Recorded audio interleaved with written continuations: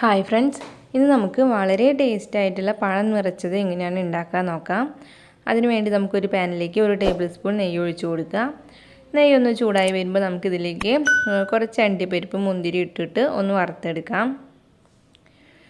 ഇപ്പോൾ അണ്ടിപ്പരിപ്പ് മുന്തിരിയൊക്കെ ഒന്ന് വറുത്ത് വന്നിട്ടുണ്ട്. നമുക്കിതിലേക്ക് 1/2 കപ്പ് നാളികേരം ഇട്ട് കൊടുക്കണം. നാളികേരം ഒന്ന് വറുത്തെടുക്കണം. ഒരുപാട് ചോക്കണ വരെ വറുക്കേണ്ട ആവശ്യമൊന്നുമില്ല. കുറച്ച് നേരം ഒന്ന് പാനിലിട്ട് ഒന്ന് ഇളക്കി കൊടുത്താൽ മതിയാവും.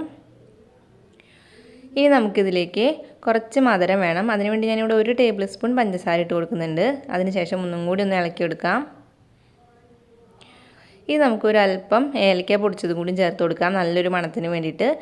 അതിനുശേഷം നന്നായി ഒന്ന് ഇളക്കി കൊടുത്തു കഴിഞ്ഞിട്ടുണ്ടെങ്കിൽ നമുക്കിതൊന്ന് മാറ്റി വയ്ക്കാം. ഇനി നമുക്കൊരു ബൗളിൽ 1/2 കപ്പ് മൈദ ഇട്ട് കൊടുക്കാം.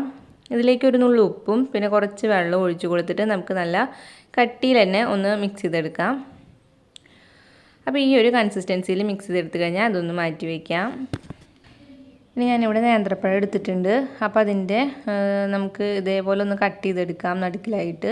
ഒരുപാട് താത്തിയിട്ട് കട്ട് ചെയ്യാൻ പാടില്ല. അതേപോലെ തന്നെ 2 സൈഡിലും ഒരുപാട് അറ്റത്തേക്ക് നീക്കിയിട്ടും കട്ട് ചെയ്യണ്ട. അതിനുശേഷം നമുക്ക് നമ്മുടെ കൈ വെച്ചിട്ട് ഒന്ന് ഉള്ളിലേക്ക് പ്രസ് ചെയ്ത് കൊടുത്തു കഴിഞ്ഞാൽ നമുക്ക് അതിൻ്റെ ഉള്ളിൽ ഫില്ലിങ് നിറയ്ക്കാനുള്ള സ്പേസ് കിട്ടും.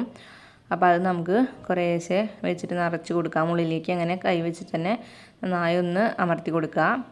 അപ്പോൾ പഴത്തിൻ്റെ ഒരു വണ്ണത്തിനനുസരിച്ചിട്ട് 2 സൈഡോ അല്ലെങ്കിൽ 3 സൈഡോ കട്ട് ചെയ്ത് കൊടുക്കാം. ഞാനിപ്പോൾ ഒരു സൈഡും കൂടി കട്ട് ചെയ്ത് കൊടുത്തിട്ട് നിറച്ച് കൊടുക്കുന്നുണ്ട്. അതിനുശേഷം നമുക്കിതിൻ്റെ തൊലി ഒന്ന് പൊളിച്ചെടുക്കാം. അത് കഴിഞ്ഞിട്ടുണ്ടെങ്കിൽ നമ്മളിവിടെ നിറച്ച് വെച്ചിട്ടുള്ള ഈ സൈഡിൽ ഈ ഭാഗത്തായിട്ട് നമുക്ക് നേരത്തെ മിക്സ് വെച്ചിട്ടുള്ള മൈദ വെച്ചിട്ട് ഇതൊന്ന് കവർ ചെയ്ത് കൊടുക്കണം. അല്ലാന്നുണ്ടെങ്കിൽ നമ്മൾ ഓയിലൊക്കെ ഇട്ട് ഫ്രൈ ചെയ്തെടുക്കുമ്പോൾ ഇതൊക്കെ പുറത്തേക്ക് വരും. അതിനുശേഷം നമുക്കിത് നേരെ ഓയിലിട്ട് ഫ്രൈ ചെയ്തെടുക്കുകയാണ് വേണ്ടത്. ഒരുപാട് ഓയിലിൻ്റെ ഒന്നും ആവശ്യമില്ല. ഒരു പാനിൽ കുറച്ച് ഓയിൽ മതിയാവും. അത് നമ്മൾ തിരിച്ചും മറിച്ചും എല്ലാ സൈഡും ഇട്ട് ഫ്രൈ ചെയ്തെടുക്കുകയാണ് വേണ്ടത്. അപ്പോൾ ഒരു മീഡിയം ടു ലോ ഫ്ലെയിമിൽ വെച്ച് കൊടുക്കുക.